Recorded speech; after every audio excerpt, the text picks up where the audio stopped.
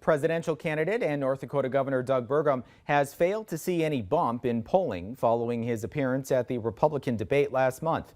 Several national polls released over the past 2 weeks by Tip Insights, Rasmussen Reports, and Redfield and Wilton Strategies have Burgum at or below 1%.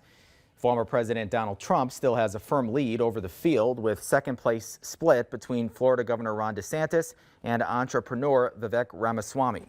Post-debate polls in New Hampshire and Iowa have Burgum around 2%, according to an Iowa State University poll and a Competitiveness Coalition one.